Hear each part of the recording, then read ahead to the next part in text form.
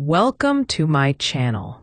Chhatrashaya Republic School presents.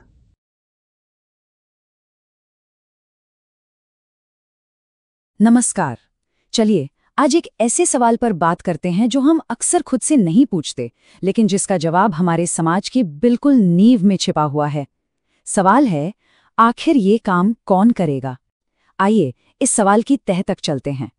जरा सोचिए, हमारे आसपास की जगहों को, हमारे शहरों को कौन साफ रखता है? ये सवाल सुनने में जितना सीधा लगता है ना, इसका जवाब उतना ही कॉम्प्लिकेटेड है।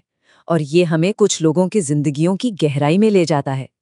ये शब्द है एक ऐसे इंसान के जिनकी कहानी नहीं, जिनकी पूरी जिंदगी शायद इसी एक लाइन में सिमट जाती है। ये सिर्फ एक नौकरी नहीं है, ये एक विरासत है। एक ऐसी विरासत जो कोई चुनता नहीं है, बल्कि उसे सौंपी जाती है। तो बस यहीं से हमारी बात शुरू होती है, ये समझने की कि कुछ लोगों के लिए ये काम सिर्फ एक प्रोफेशन नहीं, बल्कि एक सामाजिक बंधन है जिसे तोड़ना लगभग नामुमकिन सा लगता है। और सबसे हैरान करने वाली बात क्या है पता है? एजुकेशन और अपॉर्चुनिटी के बीच का फर्क। सोचिए, एक इंसान के पास कॉलेज की डिग्री है, लेकिन जब वो काम ढूंढने निकलता है तो समाज उसे वही काम करने पर मजबूर कर देता है जो उसका समुदाय सदियों से करता आ रहा है। 20 साल सोचकर देखिए, पूरे 20 साल अपनी डिग्री हाथ में लेकर 20 साल तक सिर्फ इसलिए एक ही काम करना क्योंकि समाज ने कोई और दरवाजा खोला ही नहीं। ये सिर्फ एक नंबर नहीं है, ये किसी की जिंदगी के 2 दशकों की कहानी है।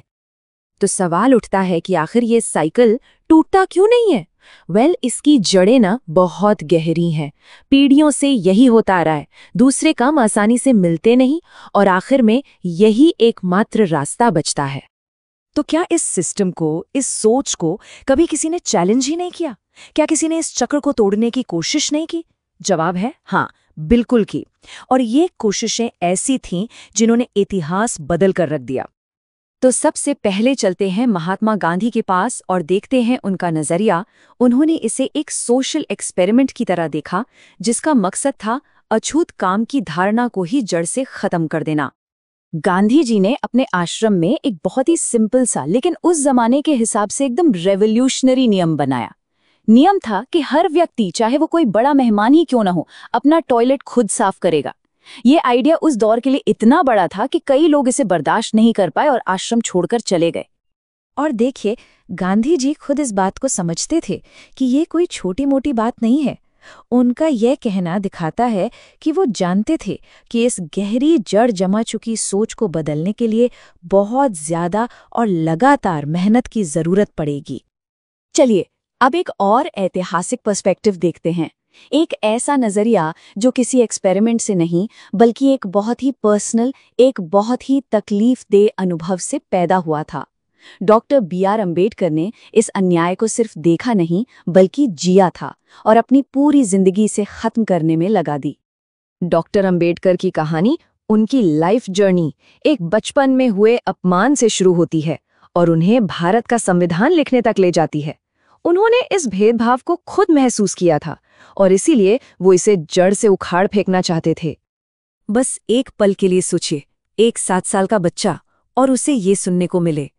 नाई की ये बात सिर्फ बाल काटने से मना करना नहीं थी, ये उस गहरी चोट का निशान था जिसे छोटे भीम को झेलना पड़ा। ये दिखाता है कि ये प्रॉब्लम कितनी पर्सनल और कितनी अपमानजनक थी। इतिहास की इन बड़ी कोशिशों के बाद चलिए वापस आज में आते हैं। देखते हैं कि आज की दुनिया कैसी है।